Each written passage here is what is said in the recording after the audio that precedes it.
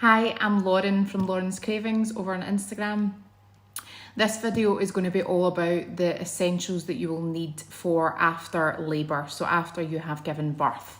Now, I was going to change, but I thought, do you know what, this is appropriate because this is pretty much how you're going to kick about for a few weeks, if not a few months, let's be honest, after you've given birth. Housecoats will be your new best friend. Now, I wouldn't say it's essential, but it kind of is essential. I'm wearing my own plus my husband's, so I'm currently rotating between 5 housecoats. Whether you call it a dressing gown or a housecoat is a debate for another day. So we'll keep that. That is not in the list of top 10. The other 10 items are absolute essentials. Just steal your husband's if you don't currently have one of these, whether you call it a housecoat or a dressing gown or otherwise. So hopefully you're watching this because you watched my top 10 essentials for pregnancy and you found it useful.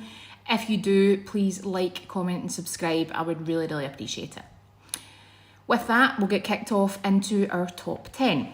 So, similar to your pregnancy one, except with the addition of ibuprofen, I'm going to start off with pain relief. Now, paracetamol, you can see the size of the box I have here. I was using paracetamol daily probably for the first 2 weeks postpartum, so I would definitely recommend stocking up on that. Ibuprofen is for any swelling, so depending on what happened down there, I would recommend using this as well. Also handy to have in the house just in case you end up with mastitis if you're breastfeeding, because mastitis essentially is an inflammation of the breast and it is really, really handy to have. You can now use paracetamol now that you have given birth. So paracetamol and ibuprofen is number 1. Number 2 is, well, this is the brand name Lactulose, but it is laxatives. Now, I had put this in my birth plan or birth preferences that I ask for it before I leave the hospital, because quite a lot of people had told me that it would be required, essentially. And when I did ask for it, because I had a really straightforward labour, they basically told me, won't need it, you'll be fine. If there is an issue, go to the chemist. So I ended up back in triage a week after I'd given birth due to another issue. And safe to say, I hadn't been to the toilet, so I got prescribed this. I did need it. So my recommendation to you is to put it on your birth plan preferences, ask the midwives before you leave the hospital, and make sure they give it to you, because see, even if it isn't absolutely essential, it makes everything so much easier. And especially if you end up tearing down there, the first poo is never a pleasant experience, or the ones after that. It takes a while to get back to normal, shall we say. So, essential number 2. Essential number 3. I'm going to show my pants on a video, but big pants. They're clean, by the way, which is why they're all crinkly, because they've just been dried. You want high-waisted, okay? So you, in case you end up with a C-section, you don't want anything kind of like rubbing on where your scar is, which is quite low down, so like low-rise pants. You also want ones big enough that they're going to hold the next item. I'm still wearing these and they are very, very comfortable. So you just want ultimate comfort, essentially, but also ones that will hold item number 4, which is your maxi pads. So you bleed for quite a few weeks postpartum. And because of that, you'll be required to wear maxi pads. Tampons are definitely not recommended because something quite significant has come out. You're not going to want to be putting anything back in for a while, especially if you've tore. So I've got these ones which are the Secure Night, which actually have a better absorbency. You can get specific maternity ones. The cheap ones from Boots do. I bought them and actually they were absolutely fine. So you just want to stock up on these. I only bled, I think, for about 2 weeks postpartum, but I had a friend, she was 8 weeks. They say the average is about 6 weeks, so you're going to want quite a lot of them, hence why these are essential as well, because these need to go in this.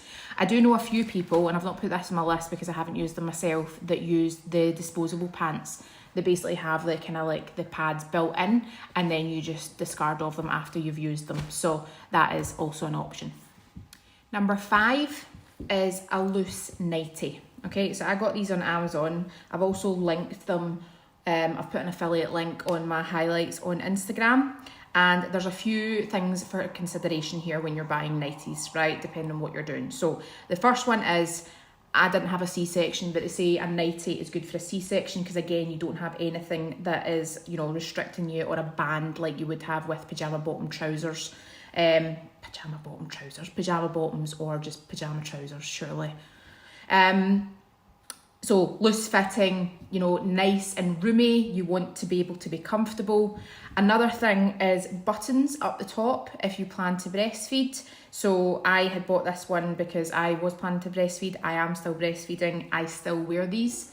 The other thing, which I've only realised, obviously having had experience of wearing it now, is I would go with one with long arms if you plan to breastfeed. Reason for this is if you are breastfeeding in the lying down position at night time, obviously you have the covers nowhere near like you up here in your shoulders because the baby's head is here, and obviously you can't have covers covering their head or anywhere close to their head because it's a suffocation risk. So I have found my arms getting quite significantly cold because you've obviously got your chest out on one side, and then if you've got short sleeves you've got your arm out, and quite chilly. So if I'm buying more of these, which I probably will, go for the long sleeved ones. Loose nightie. Number 6 was recommended by so many people, and having used it myself, I can totally understand why. So specifically, my expert midwife spritz for bits.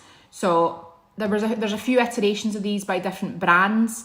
The amount of people though that recommended this, and I can confirm it is useful. It helps to numb the area down there. You can spray it on your maxi pad, you can spray it directly on, and it just helps take away that kind of sting that you end up with down there. So makes it just all a little bit more bearable, and for that.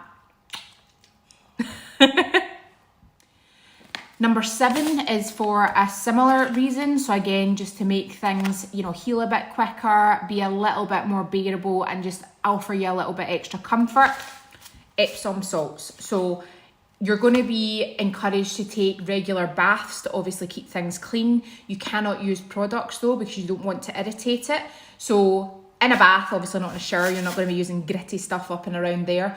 But when you run your bath, put some Epsom salts in and then just lie and soak. They're also really handy to have if you plan to breastfeed as well, because again, there's a tip of using a silicone like let-down pump with these if you're having kind of issues with kind of engorgement or pain in the breast, to kind of help move things along, shall we say. So you can buy these in Boots, you can buy them online. They can be quite expensive. I got this packet in B&M and I think it was about £2 or £3. So really reasonable. If you have a B&M, go there to purchase these, and I got a few. They're also just really nice to use. I'm still using them and I'm 3 months postpartum. Who doesn't love some bath salts? And this one doesn't have a number, it is just a little bonus item, was another 2 things, right? So you've got aloe vera gel or you've got arnica. Arnica is excellent for bruising and swelling. You can use the gel, or you can actually buy arnica tablets. So if you have a particularly bad tear, this might be something worth considering. The aloe vera gel, I'm sure you have used it on sunburn. Again, it just provides relief. Some people actually put them directly onto a maxi pad, like a little bit of each, and put them in the freezer so that when you use them, you've got like instant relief plus the coldness, which obviously offers extra relief. I mean, if you put it on directly straight out of the freezer, it might be a wee bit of a shock, but I personally didn't do that, but I know plenty of women who did and do recommend it, so that's a little bonus addition for you if it's particularly bad. Number 9, I don't actually have, and I wish I had, so if I go through this again, I definitely will be purchasing it, is a piri bottle. So that's for using when you go to the toilet for the few weeks postpartum, just to help spray water to dilute the acid of your pee, essentially, to make sure it doesn't burn. I used a sports bottle. And having done that, which is obviously the cheaper option because I think the piri bottles are up to like £10 or something, but that gives you a constant flow. The sports bottle you need to squeeze quite hard and it almost comes out like a jet, which can be a wee bit of a shock. And if you have not topped up with lukewarm water and you're using cold water, I wouldn't say it's a pleasant experience. So it done the job for me, but I would purchase a piri bottle in hindsight or for next time, so that would be my recommendation. My 10th and final item, and I've got your selection because I've got comments on them, is breast pads. So these ones I got from an Emma's Diary pack. Emma's Diary is an app that you can download, and you can download vouchers to go get free, there's like just little bags full of like leaflets for discounts for various baby and like new mum brands. And also they give you a couple of items like nursing pads, like little tubs of Sudocrem. I even got a bottle of Vanish in one, which was really odd but really useful for when you have washing baby clothes, let me tell you. So I had a few of these in my hospital bag.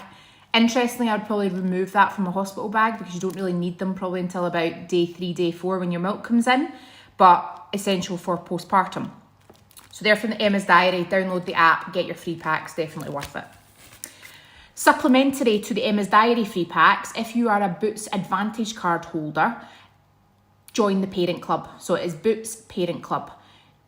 If you're not an Advantage card holder, get an Advantage card and become a Parents Club member, because you get plenty of free items, including disposable breast pads. So I got like these, and I think it was like 50 in a box I got as part of the Parents Club. I also got a little MAM bottle, which was useful for when I started expressing after 2 weeks, which wasn't initially in my plan, but it meant I had a bottle available. And it also came with a little MAM dummy, which although Bryce doesn't use, and he hasn't taken to any dummies, the amount of people that messaged me and said that MAM dummies were, I think, probably one of the top in terms of like baby's response to taking a dummy or in the initial stages. So it's definitely worth having.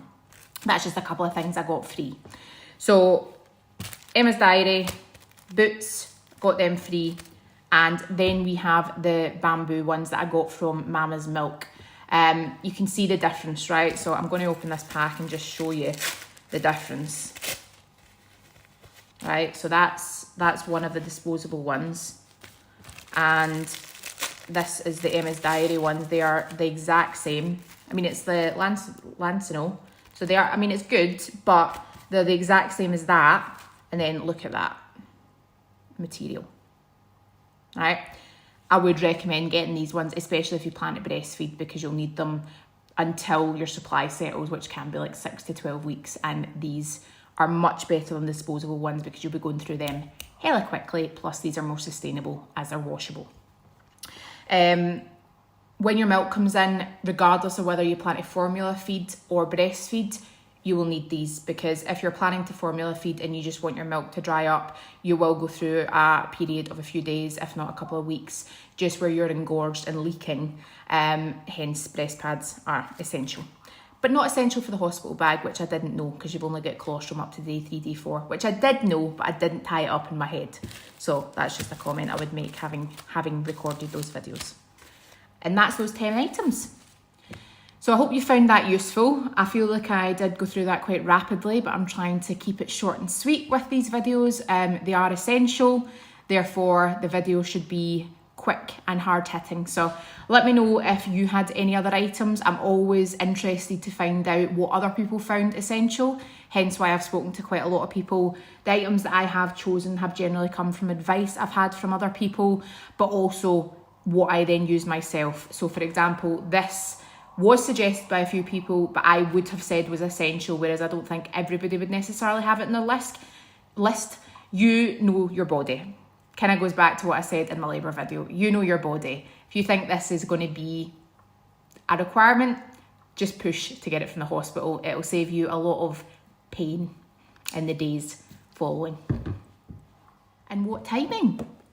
My little Bubba is waking up. So thanks very much for watching, and I will see you for another video next week.